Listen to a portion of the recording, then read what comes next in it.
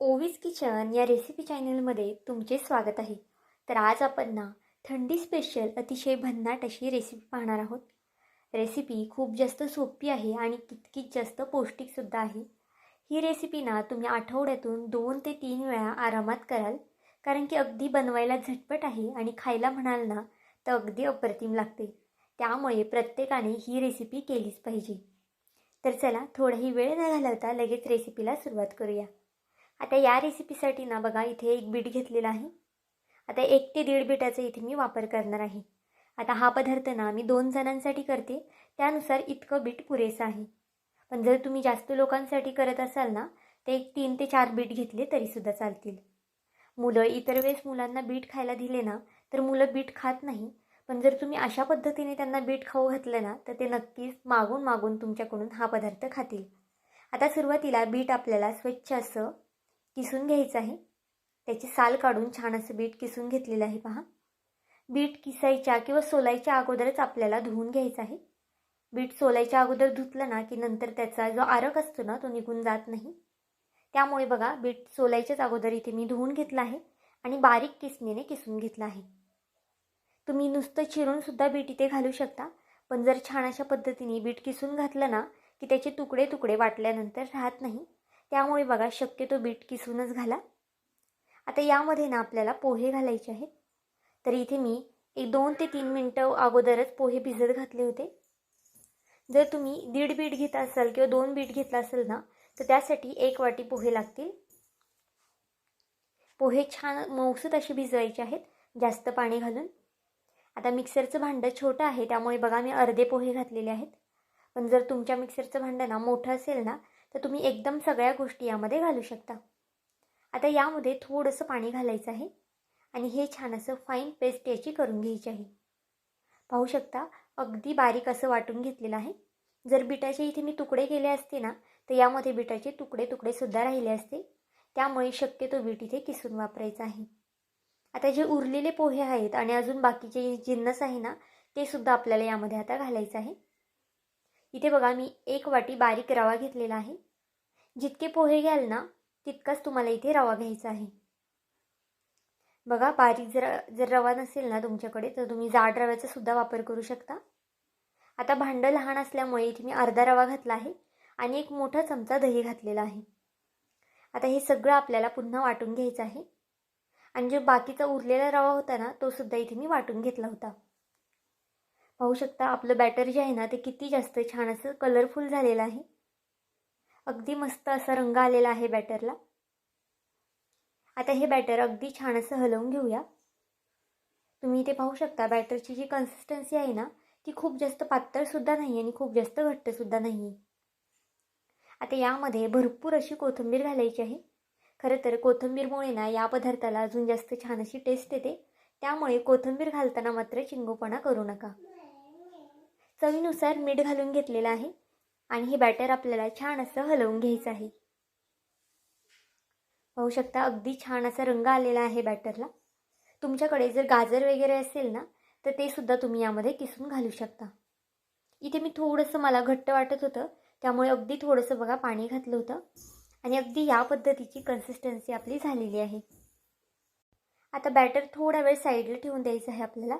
आणि यासाठी ना एक छान अशी चटणी करणार आहे मी.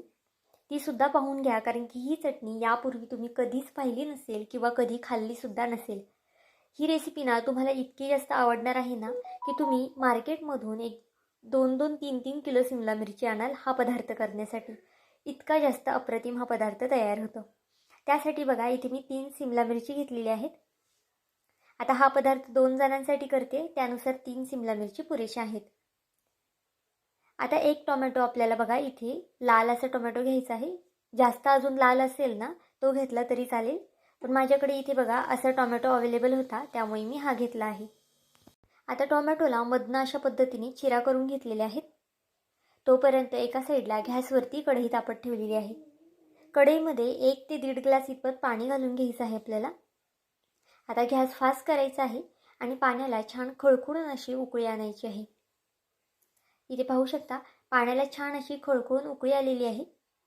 आता शिमला मिरची या पाण्यामध्ये टाकायच्या अगोदर स्वच्छ अशा धुवून घ्यायच्या आहेत आपल्याला. आणि नंतर यामध्ये आपल्या ज्या सिमला मिरच्या आपण घेतल्या होत्या ना त्या सगळ्या टाकून द्यायच्या आहेत. आपण जो बीटाचा पदार्थ करतोय ना त्यासोबत ही रेसिपी नक्की करा, कारण की खूप जास्त अप्रतिम लागते. पण जर तुमच्याकडे सिमला मिरची नसेल ना तर तुम्ही दुसरी नॉर्मल चटणी केली ना तरीसुद्धा चालणार आहे. आता बघा यामध्ये सिमला मिरची आणि टोमॅटोसुद्धा आपल्याला टाकून घ्यायचं आहे. आता गॅस अगदी मीडियम करायचा आहे आणि मीडियम स्लो गॅसवरती आपल्याला हे 4 ते 5 मिनटं शिजून द्यायचं आहे. बघा झाकण ठेवून शिजून घ्यायचं आहे म्हणजे लवकर हे शिजलं जातं. आणि गॅस इथे जर तुम्ही फास्ट केला ना तर उकळीमुळे पाणी बाहेर वगैरे येऊ शकतं, त्यामुळे शक्यतो स्लो गॅसच करून घ्यायचा आहे. तोपर्यंत बघा इथे एक लहान आकाराचा कांदा बारीक असा कट करून घ्यायचा आहे. आता इथे एक कांदा कट करून घेते आणि नंतर तुम्हाला दाखवते. तर इथे पाहू शकता छान बारीक असा कांदा कट करून घेतलेला आहे. आता कांदा आपल्याला नक्की कशासाठी लागणार आहे ना हे सुद्धा पुढे सांगते, त्यामुळे व्हिडिओ शेवटपर्यंत पहा, कुठे स्किप करू नका. आणि जर हा व्हिडिओ तुम्हाला थोडा जरी आवडला असेल ना तर नक्कीच व्हिडिओला एक लाईक आणि एक सबस्क्राईब करून घ्या, कारण की तुमचं एक एक लाईक एक एक सबस्क्राईब हे नवीन यूट्यूबरसाठी खूप जास्त मोलाचं असतं. तसाच माझा हा व्हिडिओ तुम्ही कोणत्या देशातून शहरातून पाहत आहात ना हे सुद्धा मला कमेंट करून सांगायला विसरू नका. आता बघा एक 4 ते 5 मिनटानंतर आपल्या सिमला मिरच्यासुद्धा वाफळल्या आहेत. अशा पद्धतीने बघा सुरीने चेक करायचे असेल. जर सुरी व्यवस्थित अशी सिमला मिरचीमध्ये घुसली ना की म्हणजे आपल्या सिमला मिरच्या छान अशा मऊसूत वाफळलेल्या आहेत. आणि त्याचबरोबर बघा टोमॅटोसुद्धा छान असा मऊसूत आपला वाफळून झालेला आहे. आता हे आपण एका प्लेटमध्ये काढून घ्यायचं आहे. तुम्ही इथे चिमट्याचा सुद्धा वापर करू शकता किंवा मग अशा पद्धतीने सुरीने काढले ना तरी चालेल. आता बघा एका प्लेटमध्येही मी काढून घेतलेलं आहे. आता हे खूप जास्त गरम आहे, त्यामुळे इथे थंड थोडंसं होऊ द्या आणि नंतरच आतल्या ज्या बिया आहेत ना त्या काढून घ्या. पाहू शकता यामधून अक्षरशः वाफा निघतात आहे, त्यामुळे इथे थोडंसं थंड होऊन देणार आहे मी अशा पद्धतीने ओपन करून. आणि मग नंतर यातल्या ज्या बिया आहेत ना त्या आपल्याला काढून घ्यायच्या आहेत. नक्कीच एकदा ही रेसिपी करून पहा. थोडीशी मोठी आहे पण खायला म्हणाल ना तर अगदी अप्रतिम लागते. पाहुणेरावळे आले ना नाश्त्याला काय बनवायचं सुचत नाही तर हा भन्नाट असा पदार्थ तुम्ही नक्कीच बनवू शकता, कारण की त्यांनीसुद्धा हा पदार्थ कधीच खाल्ला नसणार आहे. आणि जर ते तुमच्याकडे हा पदार्थ खाल्ले ना तर नक्कीच तुमचे भरभरून कौतुकसुद्धा करणार आहे. आणि ही रेसिपीसुद्धा त्यांना रेकमेंड करा, कारण की त्यांनासुद्धा ही रेसिपी खूप जास्त आवडणार आहे. बघा यातल्या आतल्या ज्या बिया आहेत ना त्या सगळ्या काढून घ्यायच्या आहेत. जर तुम्ही बिया तशाच ठेवल्या ना तर आतमध्ये थोडंसं कडवटपणा लागू शकतो, त्यामुळे शक्यतो जेवढ्या बिया आहेत ना तेवढ्या काढून घ्यायच्या आहेत.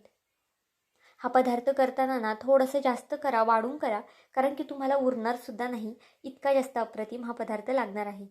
आता खूप वेळा सांगते, कारण की हा पदार्थच इतका छान होतो ना की तुम्ही केल्यानंतरसुद्धा तुम्हाला कळणार आहे. बघा सिमला मिरचीच्या सगळ्या बिया काढून घेतलेल्या आहेत. त्याचबरोबर आपल्याला टोमॅटोचे जे साल आहे ना ते सुद्धा काढायचं आहे, म्हणजे अगदी छान असं हे वाटलं जातं. जर तुम्ही साल ठेवलं ना तर त्याची साल जी आहे ना ती पटकनी वाटली जात नाही, त्यामुळे इथे आपल्याला टोमॅटोची सालसुद्धा काढून घ्यायची आहे. आता हे अजूनसुद्धा बऱ्यापैकी गरम आहे, थोडंसं कोमटसर होऊन घेते आणि नंतर हे आपण एका मिक्सरच्या भांड्यामध्ये टाकून घेऊया. बघा सगळी सिमला मिरची आणि टोमॅटो मिक्सरच्या भांड्यामध्ये आपण टाकून घेतलेलं आहे. आता हे आपल्याला छान असं बारीक वाटून घ्यायचं आहे. बघा पाणी वगैरे न टाकता छान बारीक वाटून घ्यायचं आहे, कारण की सिमला मिरचीला सुद्धा बऱ्यापैकी पाणी असतं आणि आपण जर टोमॅटो टाकलं आहे ना त्यामध्ये सुद्धा बऱ्यापैकी पाणी असतं, त्यामुळे पाणी वगैरे टाकायचं नाही वाटतं ना. आणि अगदी छान असं बारीक वाटून घ्यायचं आहे. थोडंफार जाडसर राहिलं तरीसुद्धा चालेल. आता एका गॅसवरती कढई तापत ठेवली आहे. कढईमध्ये 2 पळ्या इतपत तेल घालून घ्यायचं आहे. तेल तापलं की त्यामध्ये 1 चमचा मोहरी, 1 चमचा जिरं घालायचं आहे. त्याचबरोबर 1 चमचा पांढरे तीळ घालायचे आहेत. पांढरे तिळामुळे ना या रेसिपीला अजून जास्त छान टेस्ट येते, त्यामुळे असेल तर आवर्जून घाला. लसूण घातला आहे भरपूर असं चिरून, तुम्ही इथे लसूण ठेचूनसुद्धा घालू शकता, पण चिरून घातला ना म्हणजे मग दाताखाली वगैरे येत नाही आणि छान असा तो एकजीव होतो यामध्ये. आता हे छान असं तेलावरती परतून घ्यायचं आहे फोडणी. आता यामध्ये आपल्याला बारीक चिरून घेतलेली कोथिंबीर घालायची आहे. अशा पद्धतीने फोडणीला कोथिंबीर घातली ना त्या कोथिंबीरची जी टेस्ट आहे ना ती खूप जास्त छान लागते. आता जो कट करून घेतलेला कांदा होता ना तो यामध्ये आपण घालून घेऊया आणि कांदासुद्धा फास्ट गॅसवरती छान असा परतून घ्यायचा आहे. पाहू शकता गॅस फास्ट केलेला आहे आणि छान असा हा कांदा परतून घेणार आहे मी. ह्या फोडणीचा जो वास आहे ना अगदी खमंग आणि छान असा वास येतो या फोडणीचा. पाहू शकता कांदा थोडासा परतत आलेला आहे. खूप जास्तसुद्धा गोल्डन असा आपल्याला कांदा करायचा नाही आहे. इतकाच कांदा आपल्याला परतून घ्यायचा आहे. आता यामध्ये अगदी बेसिक मसाले घालायचे आहे. जास्तीचे कोणतेही मसाले यामध्ये आपण वापरलेले नाही आहेत. अर्धा चमचा हळद घातलेली आहे. 1 ते 1.5 चमचा लाल तिखट घातलेला आहे. तिखट इथे तुम्ही तुमच्या आवडीनुसार कमी जास्त करू शकता. 1 ते 1.5 चमचा इथे मी जी आपली बेडगी मिरची असते ना ती घातलेली आहे. याने या चटणीला ना रंग खूप छान येतो, त्यामुळे आवर्जून घाला. 1 चमचा पावभाजी मसाला घातलेला आहे. आता हे छान असे मसाले तेलावरती परतून घ्यायचे आहेत. फक्त गॅस फास्ट जास्त करायचा नाही. जर तुम्ही खूप जास्त फास्ट गॅस केला ना तर मग मसाले खाली करपू शकतात. आता जी आपण सिमला मिरची आणि टोमॅटोची पेस्ट करून घेतली होती ना ती यामध्ये घालून घेऊया. आता बघा हे छान असं तेलावरती परतून घ्यायचे आहे. या चटणीचा रंग पाहू शकता किती जास्त सुरेख असा चटणीचा रंग आलेला आहे. तुम्ही ही चटणी ना चपातीसोबतसुद्धा खाऊ शकता किंवा मग भाताबरोबरसुद्धा खाऊ शकता, डब्यासाठीसुद्धा देऊ शकता आणि कधीही ऐनवेळीसुद्धा ही चटणी तुम्ही बनवू शकता. ज्यांना सिमला मिरची आवडत नाही ना त्यांच्यासाठी तर खरंच खूप जास्त खास अशी ही रेसिपी आहे, कारण की त्यांना कळणारसुद्धा नाही की यामध्ये सिमला मिरची आहे ती. आता चवीनुसार मीठसुद्धा घातलेलं आहे आणि ही चटणी छान अशी मिक्स करून घेऊया. आता झाकण ठेवून एकदम बारीक गॅसवरती आपल्याला एक 3 ते 4 मिनटासाठी ही चटणी छान अशी होऊन द्यायची आहे. मध्ये आधी बघा इथे मी हलवून घेतलं होतं आणि 3 ते 4 मिनटासाठी छान अशी या चटणीला वाफ काढून घेतलेली आहे. पाहू शकता आपल्या चटणीला तेलसुद्धा छान सुटलेलं आहे आणि अगदी चमचमीत चटपटीत अशी ही चटणी तयार झालेली आहे. या चटणीमध्ये ना तुम्ही लिंबूसुद्धा पिळू शकता, म्हणजे खायला अजून जास्त अप्रतिम लागणार आहे. नक्कीच एकदा अशा पद्धतीची चटणी करून पहा. आता यावरती भरपूर अशी कोथिंबीर घालूया आणि गॅस बंद करून ठेवूया. तोपर्यंत आपलं जे बॅटर आहे ना, जे आपण बिटाचं बॅटर करून ठेवलं होतं ते सुद्धा अगदी छान असं फुललेलं आहे. अगदी छान फर्मेंट झालेलं आहे. अगदी 6 ते 7 मिनटं लागतात बिटाचं बॅटर फुलायला. जर तुमच्याकडे खूप जास्त वेळ नसेल ना तर तुम्ही त्याचे लगेचसुद्धा डोसे करू शकता किंवा मग वेळ असेल तर एक 5 ते 6 मिनटं हे बॅटर फुलायला ठेवून द्या. आता यामध्ये ना आपण इनो घालून घेऊया. बघा अगदी अर्धा चमचा इतपत इनो घातलेला आहे. जास्तसुद्धा इनोचा वापर करायचा नाही आहे. जर तुमच्याकडे इनो नसेल तर त्याऐवजी खायचा सोडा वापरा. त्यानेसुद्धा या बॅटरला अगदी छान अशी जाळी पडते आणि छान बॅटर फुलतंसुद्धा. बघा इनो घातल्यानंतर छान असं हलवून घ्यायचं आहे. अगदी खूप जास्तसुद्धा हलवायचं नाही. फक्त आपल्याला एक 10 ते 20 सेकंद हे हलवून घ्यायचं आहे. अगदी खूप जास्तसुद्धा हलवून नाही घ्यायचं. थोडंसंच आपल्याला हे मिक्स करून घ्यायचं आहे. पाहू शकता अगदी छान असं बॅटर झालेलं आहे आपलं आणि याला बबलसुद्धा छान आलेले आहेत, म्हणजे जे आपण डोसे किंवा मग आप्पे करणार आहोत ना त्यालासुद्धा छान जाळी पडते. आता इथे ना आपण याचे डोसे करणार आहोत, पण तुम्ही हेच पीठ वापरून आप्पेसुद्धा करू शकता, कारण की आप्पेसुद्धा अगदी छान होतात, जाळीदार होतात आणि खायलासुद्धा तितकेच जास्त टेस्टी लागतात. आता बघा पॅनला थोडंसं तेल लावून घेतलं आहे. तेलाऐवजी तुम्ही इथे बटरचा वापर करू शकता किंवा मग तूपचा वापर केला ना तुपाचा तरी चालेल. आता हे बॅटर आपल्याला यामध्ये घालून घ्यायचं आहे आणि जास्तसुद्धा पसरवायचं नाही. बघा अगदी थोडंसं जाडसरच ठेवायचं आहे आपल्याला. जर तुम्ही खूप जास्त पातळ पसरवलं ना तर मग हे खायला इतकं छान लागत नाही. जर अगदी अशा पद्धतीने जाड पसरवलं ना तर अगदी मऊसूत आणि छान फ्लफी होतात हे डोसे. आता झाकण ठेवून बघा हे 1 ते 2 मिनटासाठी याला वाफ काढून घेऊया. हे डोसे व्हायला ना खरं तर 2 ते 2.5 मिनटं लागतात. खूप जास्तसुद्धा वेळ लागत नाही. पाहू शकता याची जाळी तुम्ही इथे पाहू शकता किती छान अशी जाळी पडलेली आहे. नक्कीच एकदा हे डोसे करून पहा, तुम्हाला खूप जास्त आवडणार आहे आणि पौष्टिकसुद्धा आहे मुलांसाठी. आता वरनं थोडंसं तेल लावून घेऊया आणि एक साईड याची पलटी करून घेऊया. बघा पॅनलासुद्धा अजिबातच खाली चिकटलं वगैरे नाही.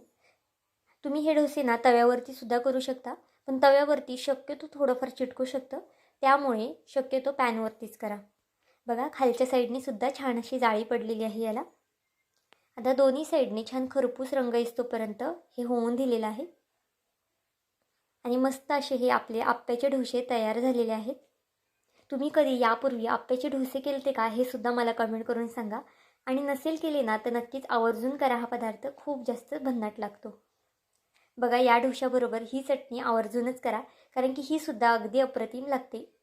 अगदी मऊसूत असे आपले हे डोसे तयार झालेले आहेत आणि थंड झाले ना तरीसुद्धा तितकेच जास्त अप्रतिम लागतात.